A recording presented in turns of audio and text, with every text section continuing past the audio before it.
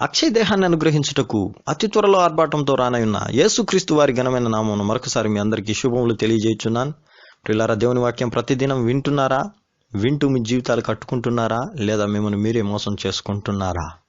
Bible గ్రంథంలో దేవుని వాక్యాన్ని 4 విధాలుగా రిసీవ్ చేసుకునేవారు ఉన్నారు. అందులో మొదటిది దేవుని వాక్యాన్ని తప్పులు పట్టేవారు. మొదటి విషయం, మార్కు సువార్త 3వ అధ్యాయం 1వ వచనం నుంచి, సమాజ మందిరంలో ఆయన మరలా ప్రవేశింపగా అక్కడ ఊచ చేయగలవాడు ఒకడుండెను. అచ్చటి వారు ఆయన మీద నేరం మోపముల నుండి విశ్రాంతి దినమున వానిని స్వస్థపరచునేమో అని ఆయనను కనిపెట్టుచుండిరి. యేసు ప్రభు వారు ఎక్కడ దేవుని వాక్యాన్ని ప్రబోధించినా, ఎక్కడ ఆయన అద్భుతాలు జరిగిస్తున్నా ఆయనతో పాటు కొంతమంది వెళ్ళేవారు. వారు పరిసయ్యులు, సద్దుకయ్యులు, శాస్త్రులు. వీరందరూ ఎందుకు వెళ్ళేవాళ్ళంటే ఆయనలో ఏదైనా తప్పు కనిపిస్తుందా, ఆ తప్పు పట్టుటకు మాత్రమే వెళ్ళేవాడు. ఏ కారణము చేత ఇతని మేము బంధింతుము అనే ఉద్దేశంతో వచ్చి దేవుని వాక్యంలో తప్పులు పట్టడానికి వచ్చేవారు. ఈరోజు ఇది మంచి ఉద్దేశం అంటారా? ఒక్కసారి ఆలోచన చేయండి. ఈరోజు చాలామంది ప్రియులారా, దేవుని యొక్క వాక్యంలో తప్పులు ఎక్కడ దొరుకుతాయా? ఒకరోజు ఒక దైవజనుడు ఆయన పొరపాట్లో జక్కయ్య మేడి చెట్టెక్కెను అనే బదులు మర్రి చెట్టెక్కెను అని అన్నాడు. ఆయన ఫ్లోలో అన్నందుకు దాని ప్రియులారా ఎంత హైలైట్ చేసి కొందరు వ్యక్తులు ఆయనను విమర్శించారు. అది మంచి పద్ధతి అంటారా? ఆయనకే డైరెక్ట్ చెప్పేస్తే అయిపోతుంది. ప్రియులారా, ఈరోజు చాలామంది దేవుని యొక్క వాక్యాన్ని తప్పులు పట్టేటువంటి వారు ఉన్నారు. ఈ వాక్యం వింటున్న నీవు ప్రతిదినము దేవుని వాక్యాన్ని వింటున్నావు. తప్పులు పట్టే పరిసయ్యుడువా, సద్దుకయుడువా, ఒక శాస్త్రివా? ఎవరండి నీవు? అలా ఉంటే నీ జీవితంలో ఎప్పుడు మేలు పొందుకోలేవు. చూడండి ప్రియులారా, ఈరోజు కావాలని అదే ఉద్దేశంతో మీటింగ్కి వచ్చేటువంటి వారు చాలామంది ఉంటారు. అది మంచి ఉద్దేశము కాదని దేవుని సేవకునిగా మనవి చేస్తూ ఉన్నాను. మొదటి గుంపు ఇది చాలా ప్రమాదకరమైన గుంపులో ఉన్నారని అర్థం చేసుకోండి. నాశనకరమైన గుంటలో ఉన్నారు అటువంటి వారు. ప్రియులారా, ఇక్కడ ఒక విషయం చెప్తాను. నాశనకరమైన గుంటలో నుండి నేను బయటకు వచ్చాననుకుంటున్నారు, కానీ నాశనకరమైన గుంటలో ఉండే వాళ్ళ గుంటను కూడా వెంట తెచ్చుకొని కూర్చున్నట్లుగా ఉన్నది. అర్థమైందండి? ఈరోజు చాలామంది ఇటువంటి వారు ఉన్నారు. దేవుని వాక్యాన్ని తప్పులు పట్టేటువంటి పరిస్థితి ఈరోజు ఎంతోమంది మనకు కనిపిస్తూ ఉన్నారు. తప్పు చెప్తే హెచ్చరించవచ్చు, తప్పు చెప్తే వారికి తప్పైందని తెలియజేయచ్చు. కానీ తప్పు లేకపోయినా అందులో ఏదో ఒక పాయింట్ దొరికితే ఆ పాయింట్ని పట్టుకొని తప్పులు పట్టేటువంటి వారు ఉన్నారు కొందరు. ఎవరిని ఉద్దేశించి నేను చెప్పట్లేదండి. నేను ఎందుకు చెప్పాలనిసింది వస్తుందంటే, రోజు దేవుని వాక్యాలు వింటున్నారు. మీరు ఏ ఉద్దేశం చేత ఈ 4 గుంపుల్లో రిసీవ్ చేసుకుంటున్నారన్న ఆలోచన మీకు కలిగించుటకు మాత్రమే. ప్రియులారా, నీవెటువంటి వాడివి? ఒక పరిసయ్యునివా, సద్దుకైనవా, ఒక శాస్త్రివా, లేదంటే మేలు పొందుకోవడానికి వచ్చిన ఊచ చెయ్యగలవాణి లాంటి వ్యక్తివా? ఆ వ్యక్తి మేలు కోసం వచ్చాడు, దేవుడు నన్ను బాగు చేస్తాడని మేలు పొందుకున్నాడు, వెళ్ళిపోయాడు. కానీ నీవు ఎటువంటి ఘోర దుష్కార్యంలో ఉన్నట్లు నాకు కనబడుచున్నది అన్నాడు భక్తి. ఏమండి, ఈరోజు విషయం ఏంటంటే, వారికంటే మంచిగా దేవుని వాక్యాన్ని బోధిస్తూ ఒక సేవకుడు ముందుకెళ్తున్నాడంటే, వారికంటే గొప్ప మర్మాలు చెప్తున్నారంటే, చూడలేని తత్వముతో మాకంటే ఇతను సీనియరా, మాకంటే ఇతను గొప్ప వ్యక్తి అని వాళ్ళ వయసును బట్టో, వాళ్ళ సీనియారిటీని బట్టో వారు ఇలా రకరకాల తప్పులు వెతుకుతా వారిని అక్కడే ఆ తప్పులు పట్టి వాళ్ళని కృంగదీయాలన్న ఈర్ష్య వారిలో మొదలై ఇలాగ చేస్తూ ఉన్నారు చాలామంది. ఎవరైనా ఒక మంచి సందేశాన్ని, దేవుని రాజ్యమును గురించి బైబిల్లో ఉన్నది ఉన్నట్టుగా బోధిస్తూ ఉంటే, బైబిల్ గ్రంథంలో రేపు రాబోతున్నటువంటి భయంకరమైన ఉగ్రతను గురించి ఎవరైనా హెచ్చరించే వాళ్ళు ఉంటే, అలాంటి మర్మాలు ఎవరైనా బయటికి తీసి అద్భుతంగా వివరిస్తూ ఉంటే వారిని ఎంకరేజ్ చేయాలి కానీ వాళ్ళని ఎప్పుడు కూడా డిస్కరేజ్ చేసే విధంగా, వాళ్ళని ఎప్పుడు వాళ్ళ తప్పులు పట్టే విధంగా నీవు ఉన్నావంటే ఒక ఘోరమైన దుష్కార్యములో చిక్కుకొని ఉన్నావని గుర్తించు ప్రియ సోదరి సోదరుడా. ఈ ఉదయకాల సమయంలో నీవు ఎటువంటి వాడివి? మొదటి గుంపు ఇది. రెండవ గుంపు ఉన్నదండి. రెండవ గుంపు అపహసించే గుంపు. ఏ గుంపు అండి? అపహసించే గుంపు. ఈ గుంపు చాలా ప్రమాదకరమైన గుంపు. పౌలు గారు దేవుని యొక్క వాక్యాన్ని ఏథెన్స్ పట్టణంలో బోధిస్తూ ఉండగా ఆయన బోధించిన తర్వాత కొంతమంది ఏం చేశారో తెలుసండి ప్రియులారా? 17వ అధ్యాయము అపోస్తుల కార్యముల గ్రంథము 17వ అధ్యాయము 32వ వచనం. మృతుల పునరుత్థానమును గురించి వారు వినినప్పుడు కొందరు అపహాస్యము చేసిరి. ఏం చేశారండి? అపహాస్యము. ఇది రెండో గుంపు. చాలా ప్రమాదకరమైన గుంపు. దేవుని యొక్క మాటలు బోధిస్తుంటే కొంతమందికి అది అపహాస్యం. నేను చెప్పేది ఎక్కడో కాదండి, నేను చెప్పేది ఎవరినో ఉద్దేశించి కాదండి. దేవుని సంఘములో ఉన్నవారే ఇన్ని రకాలు ఉన్నారు, 4 రకాలు. ఏమండి? అక్కడికి వచ్చారు, విన్నారు, విన్నంతసేపు విని తర్వాత దాన్ని అపహాస్యం చేసేటువంటి వారు. దేవుని యొక్క వాక్యాన్ని ప్రబోధిస్తున్నప్పుడు, దేవుని వాక్యాన్ని చెప్పినప్పుడు విన్నంతసేపు విన్నట్లుగా యాక్షన్ చేయడం, తర్వాత బయటికి వెళ్ళి దాని విషయమై అపహసించేటువంటి వారు ఉన్నారు కదండి. ఈరోజు దేవుని యొక్క మాటలు అపహాస్యం చేస్తున్నావా? దేవుని యొక్క వాక్యము ప్రబోధిస్తున్న సత్యాన్ని నువ్వు గుర్తెరగక అపహసిస్తూ, అపహాసకులు కూర్చుండు చోట కూర్చుండొద్దని దేవుని వాక్యం సెలవిస్తుంది. నువ్వు అపహాసకుడవా? లోకములో అపహాస్యం ఎక్కువ. అటువంటి వాడు వచ్చి సంఘములో దేవుని యొక్క మాటలు వింటున్నప్పుడు కూడా అపహాస్యం చేసేటువంటి వారు ఎప్పుడూ దేవుని బిడ్డలు కాదు వీరు. అందుకే పౌలు అన్నాడు, అటువంటి వారిని నేను సాతానుకు అప్పచెప్పానన్నాడు. సాతానుకు అప్పచెప్పాడు. చూడండి, అటువంటి వారు సాతాను యొక్క సంబంధులు అనే సత్యాన్ని గుర్తెరగండి. దేవుని యొక్క వాక్యాన్ని ఈరోజు ప్రబోధిస్తూ ఉన్నప్పుడు అపహసించేటువంటి తత్వము నీలో ఉంటే నీవు చాలా ప్రమాదకరమైనటువంటి దుస్థితిలో చిక్కుకొని ఉన్నావని గుర్తించుము సోదరుడా.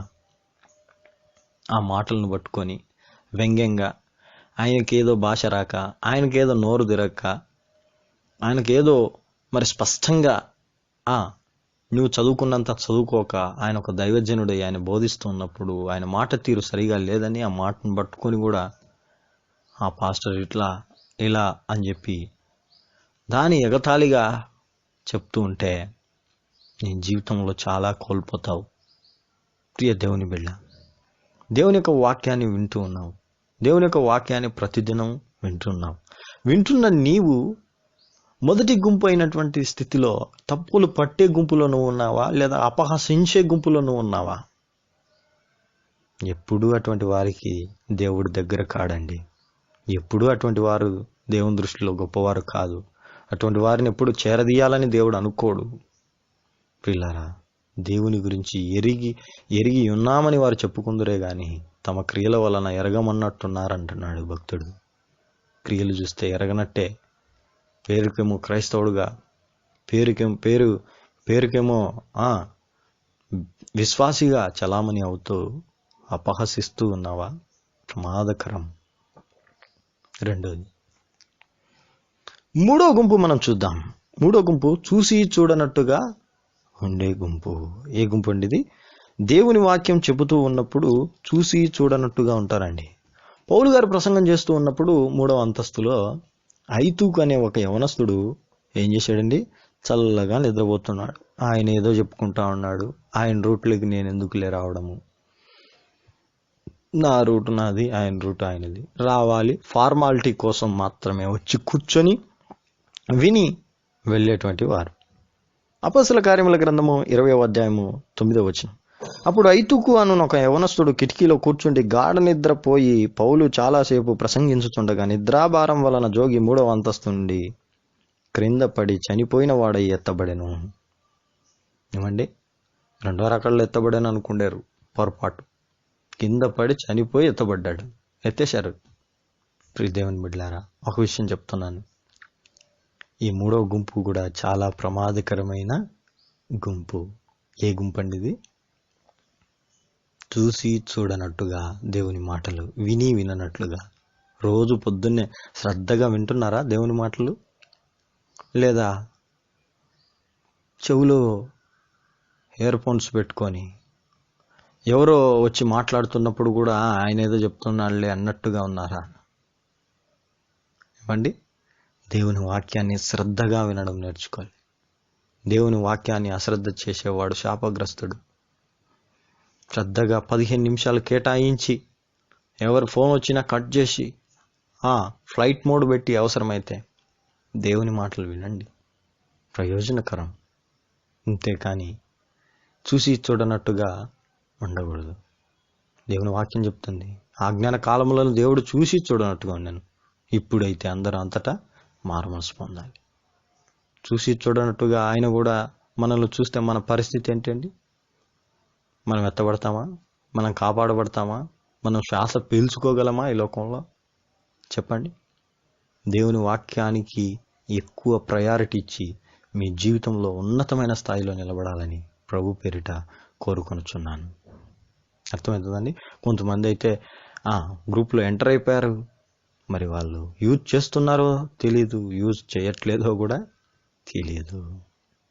చచ్చిపోయిన శవంలాగా కొట్టుమిట్టులాడుతున్నటువంటి ఒక పాములాగా చచ్చిపోదునా బ్రతుకుదునా అన్నట్లుగా అలాగ ఉండకూడదు. అది చాలా ప్రమాదకరమైనటువంటి పరిస్థితి అని దేవుని సేవకునిగా మనం చేస్తూ ఉన్నాను. 4వ గుంపు మనం చూద్దామండి. 4వ గుంపు ఎలాంటి గుంపు అంటే దేవుని వాక్యాన్ని కరెక్ట్గా రిసీవ్ చేసుకునేటువంటి గుంపు.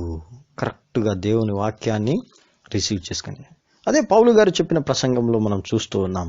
కొంతమంది ఏం చేశారంటండి?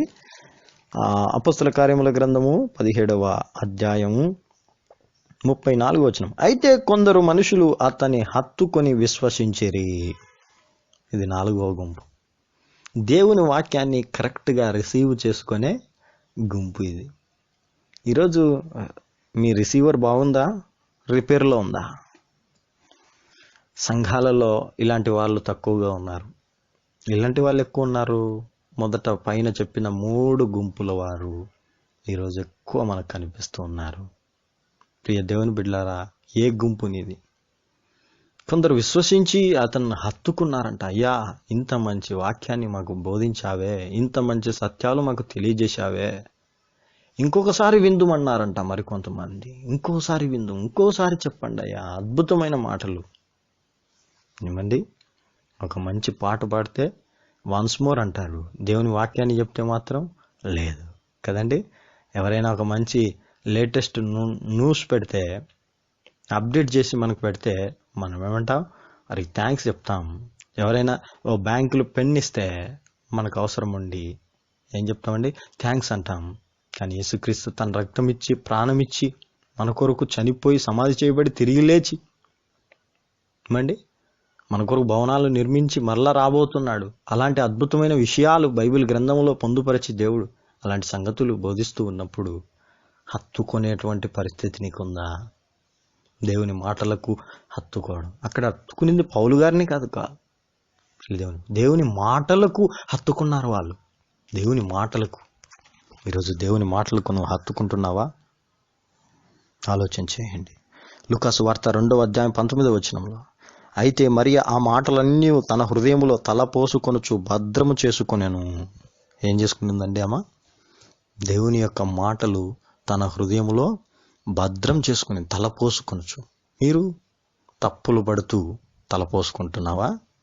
నీ జీవితం సర్వనాశనంలో ఉన్నది సోదరి సోదరుడా. రోజు దేవుని మాటలు ఉదయకాల సమయంలోనే నీకు అందించబడుతున్నాయి. ఎటువంటి స్పందన నీలో ఉంది? ఒక్కసారి ఆలోచన చేయి. నీ జీవితాన్ని నీవే కూల్చుకునే పరిస్థితిలో ఉన్నావా? లేదా ఈ 4 గుంపుల్లో చివరి గుంపు అయినటువంటి పరిస్థితిలోనే ఉన్నావా? ఆలోచించి నేను నీవే సరి చేసుకో. మొదటిది తప్పులు పట్టే గుంపు, 2వది అపహసించే గుంపు, 3వది చూసి చూడనట్టుండే గుంపు, 4వది దేవుని వాక్యాన్ని కరెక్ట్గా రిసీవ్ చేసుకునే గుంపు. ఏ గుంపులో ఉన్నావో పరీక్షించుకో ఈ ఉదయకాల సమయంలో. అటువంటి కృప 4వ గుంపులో నువ్వు రావాలన్న కృప దేవుడు నీకు సమృద్ధిగా దయచేయునుగాక. ఆమేన్.